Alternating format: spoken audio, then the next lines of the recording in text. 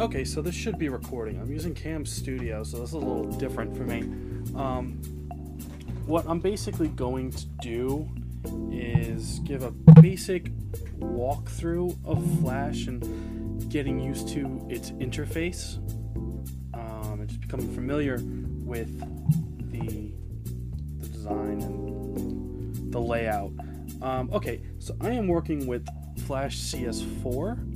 I also have CS 5.5, but that's on my Mac. But for the sake of this tutorial video and just getting used to it, I'm using CS4. I'm using my Cintiq right now, so I'll be drawing on the screen specifically. This is my layout that I have. It's kind of it says it's an animator layout. If you click up here, right by the search bar, it'll give you a whole list of different presets. You know, the classic sets it up like this, which I don't like because it's a little too bunched up. It's just not that comfortable for me. Like, you have the color here, and it's the color swatches, and properties over here. I just don't really care for that. So I kind of have like a mix.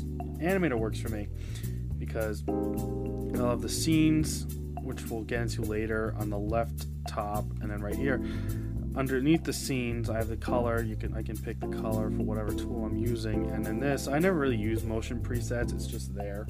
On the right side of it, you have the library, and the library is where you keep all your media. You know, for this, this is actually a scene from Shattered Heaven Act 5 that I'm working on right now. So you can see all the I'm like circling this.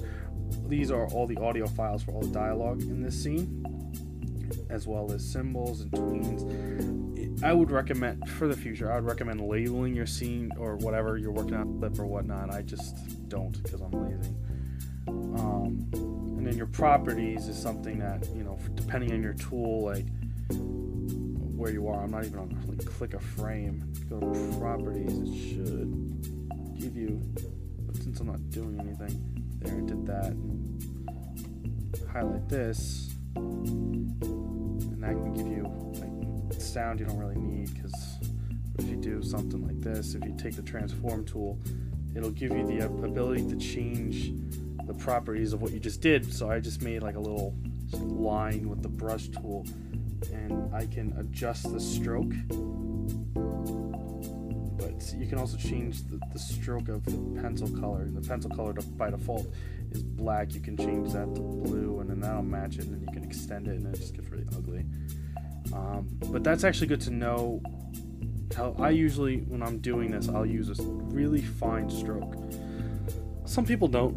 Like, a lot of times in Newgrounds, you'll see people, let me make this blank, delete that. A lot of times you'll see a lot of Newgrounds animations are done with the brush tool, which gives you a little more smoother vector lines. You know, I use the pencil tool because it's a lot more fine, and you can get better quality out of it, and it takes up less memory.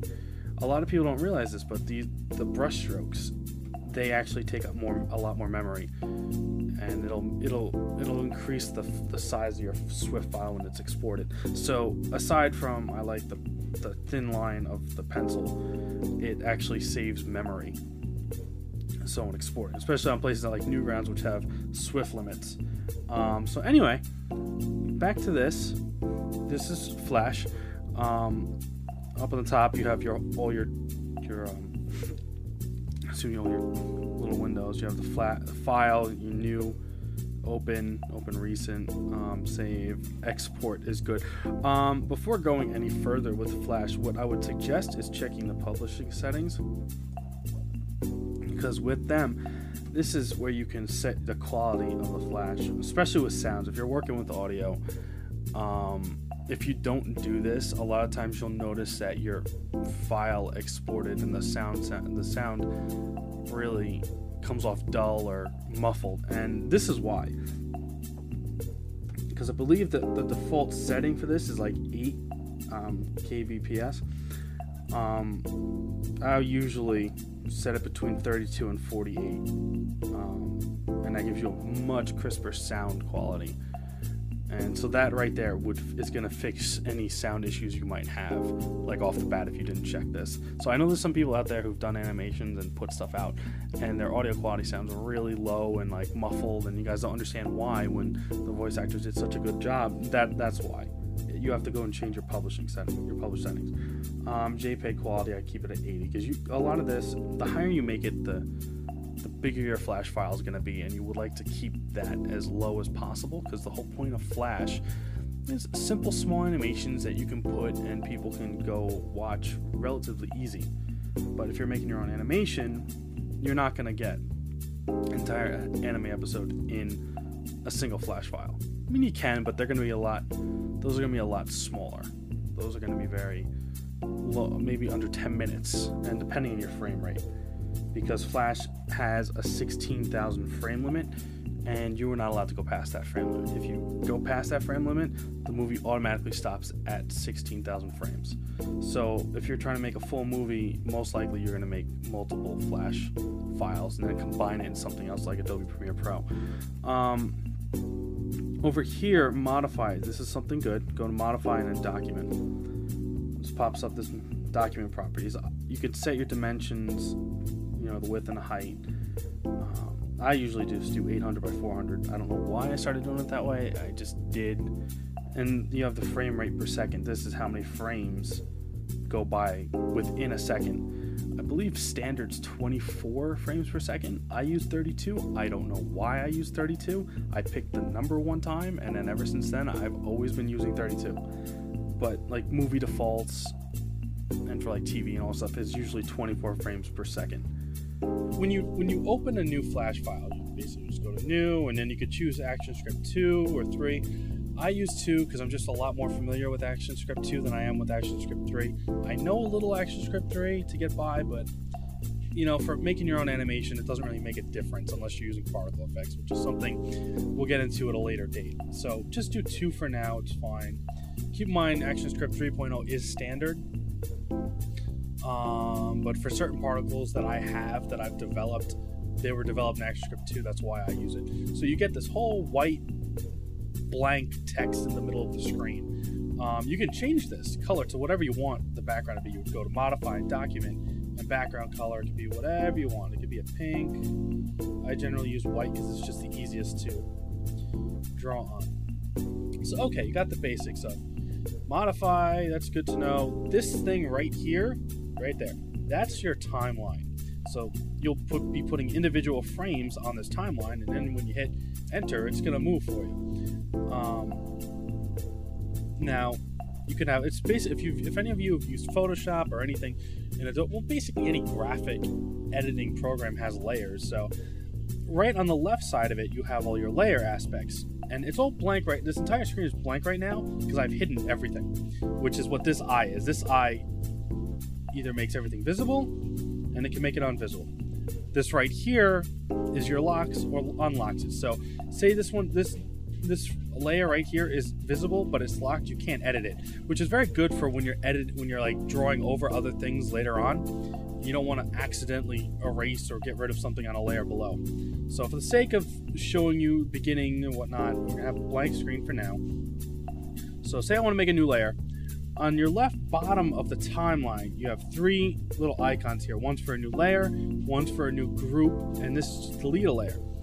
Grouping creates a folder, which is good when you're being very organized and you want to have, okay, this scene happens in these layers, and you call the folder its own name and you put them there. So for organizational purposes, the folder is really smart to have. So I want to make a new layer, and you start here, and you take what you want to do. Let's make a ball. I made a ball, really, really unconventional ball. It's very warped, and I'm going to fill it in for the hell of it. This is your frame. Now, the reason it expands all the way to the end is because this whole setup's been done already. So this scene has a beginning and end already. So whenever you make a new layer, it's always going to extend to the end of that scene.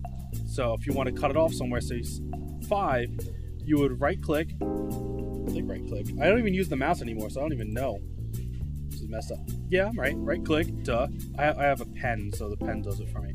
Right click, you can insert blank frame, and there you go. Now your frame only goes from frame 1 and ends on frame 4, and then on frame 5 a new frame would begin. So say you want to make, I'm going to add a really messed up image here. There you go, whatever. So now frame 1 is this, frame 2 changes, and then for consistency, let's end it right before there. So it's about even. And then on this frame, let's make some really long image or whatnot. Do that. And then basically if you hit enter, it changes. Yay! It's not really smooth and the transition makes no sense, but you get the idea. So your frames will play. And this is, if you look right here, it's right by the scroll bar, the horizontal scroll bar. You have, shows your frames per second, which is 32. You can change it from here, but it doesn't matter. That whole transition is 0.3 seconds. So a full second will end right here. Ignore that. Up to here is a full second based on based on 32 frames per second. Anyway, I don't need this layer, so I'll hit delete. That layer's gone. This is basically just a welcome to Flash, so I'm really not going to get into a lot of animation aspects right now. I'm just showing you Flash and how it's set up. So now, this is what I have so far. This is a full scene that I'm working on that I will play for you when it's all done to show you the progress. Right here, you can hold that and it'll bring it across. Now let's go to something that I have to edit. Tweening. This line right here, that's the beginning of a tween. And then right there should be the end of the tween, but it doesn't. These are rain part. No, those are background, excuse me. It doesn't matter. Okay. Let's go to something that has to be edited. Ignore that. Ignore that. That does need color, but that's not what I want to show yet. Going for a long run. Okay, here. This is where I currently am. Now, this is a movie clip. Getting out of this. Click this. You can see how it's an entire box. And you can't draw. You can draw over and whatnot, and in the end, it doesn't affect the movie clip. See? That's still there. Anyway, we don't want that. Now, to make a movie clip, you will draw on the frame, do whatever you want, make this little crappy circle and whatnot. You usually go to the selection tool, the free transform tool, excuse me, go to modify, convert to symbol, and you can pick any symbol you want. A movie clip is going to make the graphic have its own timeline, which is perfect for when doing dialogue and lip syncing. I'll explain that in a bit. Or you can make it a button, which is good for, you know, when you need to click on something and have it go to a link, or a graphic, which is just a graphic. It has no real special thing. Anyway, cancel. Or you can hit F8. F8 will bring up the same window. Yep, I am on dual screen, so you did not see it come up, but it comes up on my other screen for some reason. Now I'm going to double click, and this brings me into the movie clip, which is basically a frame. Now this is a base frame. What I always do when animating a storyboard or starting off, I'll do a lot of sketch animation or sketch art just to get an idea of where the animation is going to end up going, then I'll trace over it. So for something like this, I use the pencil tool. Now here's the toolbar right here. This whole thing's toolbar. It's basically, if you've used Photoshop or anything else, it should be pretty familiar to you. Now this right here is the pencil tool, which gives me all the thinner lines, and you can change the thickness of it. You go to properties and you can make it thicker, and obviously making it too thick doesn't work. It just doesn't look nice. So I like 0.10. And I usually keep it solid. You can change it to make it dashed lines or ragged lines or whatever. I like hairline. We'll leave it at that. Then what I personally do is I lock this frame, this layer, and sometimes I'll turn this off because it makes it's like an outline view. Yeah, it's outline view. That's what it is. Show all layers on outline. So you could draw over it. But since it's already like a pink color and whatnot, and I'm drawing in black, it doesn't matter. So what I'll do is I will usually zoom in. This is your zoom tool. Zoom in, And then I'll just start trying to draw as straight as possible to get the foundation done. And I'm trying to be over. It took me a while to develop a steady hand, and I still haven't really developed a good steady hand. It still could use some work, but it's a lot better than what my stuff used to be. So it's a lot easier for me to get cleaner stuff out now. So I am now doing the role of an inker, otherwise known as a tracer. I've been watching Jane Silent Bob and all Kevin Smith movies this weekend, so I'm making fun of inkers and I'm calling them tracers. So whatever, you get the idea. And then if you empty that frame out, you'll see that that's outlined. Now this layer is reserved for the sound. So on this layer, what I do is I would usually go to the library, find the audio clip that I want, and then I would drag it onto the canvas. And that now will play there. But I don't want that clip, so I'm going to Control Z that, and it's now gone. That's not the right clip. That's the right clip. Control Z twice. So the audio's there, and the frame will move, and that doesn't need to be there because that's a different frame. Change. So this is a movie clip right here.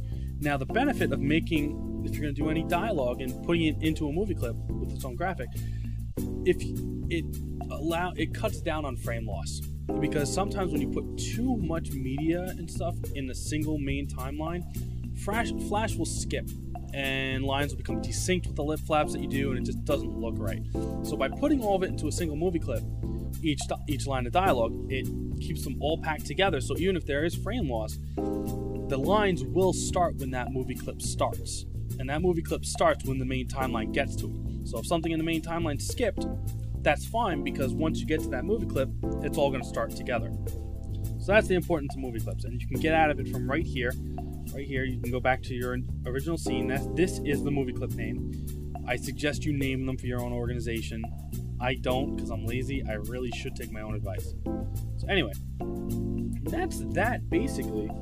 That's all you really need to know for Flash to animate offhand. These basics. To know the canvas, where your timeline is, your toolbar right here, your properties right here, your library for all your media right there.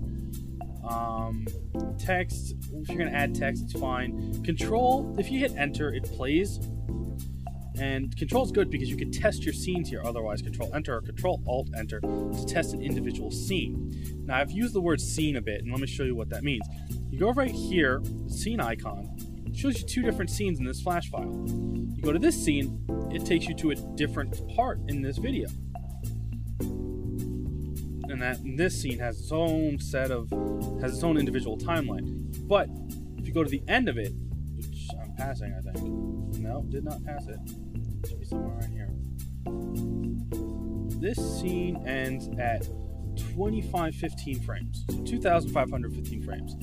The scene before it ends around 3270 frames. So you add them together and you get the total amount of these. So what is that? 3,000? I said what? 2,000 before? So you're having about maybe 6,000 frames, which gives me plenty of time because Flash has a 16,000 frame limit. As long as you're under that, you're golden. I'm trying to think what else would be beneficial for you to know the basics just to get started in Flash. Okay. Let's use the walking for example. Get rid of that, and get rid of that. Now that's the walking. This is its own movie clip. Now this is the walking part. This was done before I started really going over better Flash and weight management. So there's some issues right now that I'm gonna go back in and fix, mainly with the heel to toe, in certain aspects, so it looks like there's actually being more weight put on it. I really suggest when we start getting to real animation to read up on it and read up that book, The Animator Survival Kit. Great book. It's going to teach you a lot about weight displacement and what makes it seem realistic.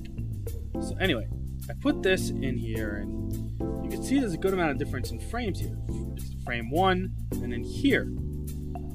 So if you change how many frames are in between, which these frames, by the way, in between these key ones, they're called in-betweens. You can change them. You can say you get rid of 2, and that's now going to make you go faster. It's going to go a little bit faster, but this is about where I'm spacing it time-wise. Let's get into that.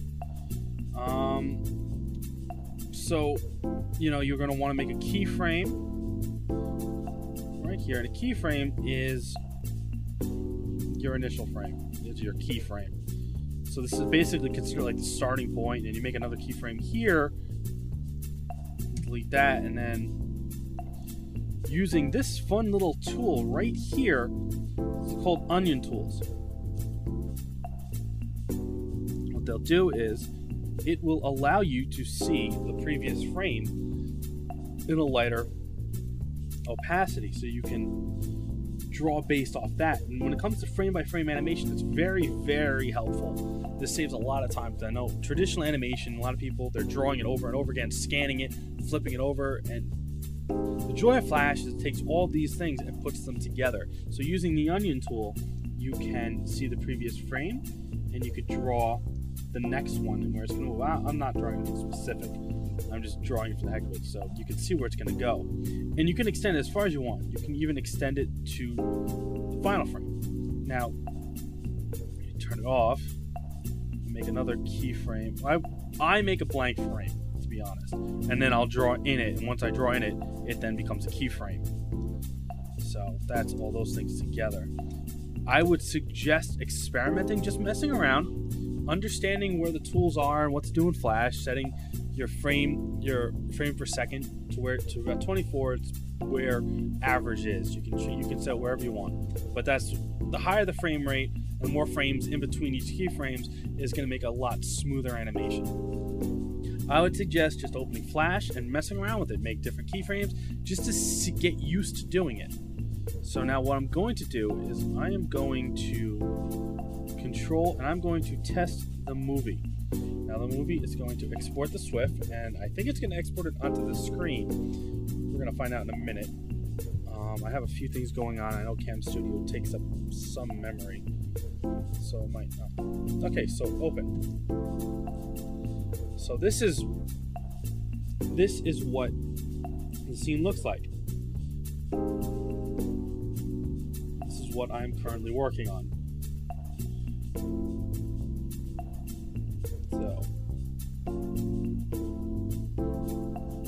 And that's basically just an introduction to Flash and to the layout that you have in the beginning. Like I said, if you have any questions, contact me, send me a message. You can send me a message on Skype. I'm more than willing and happy to help you out verbally or through text or whatever. But this is just showing you where everything is in Flash and to getting used to the program. The next tutorial I'm going to do, we're going to focus on frame-by-frame animation, some little motion tweening, where Flash will create the in-betweens for you. I don't use that for a lot. I'll use it for things moving, like this leg movie clip. Bad example, because this one's actually not tweening.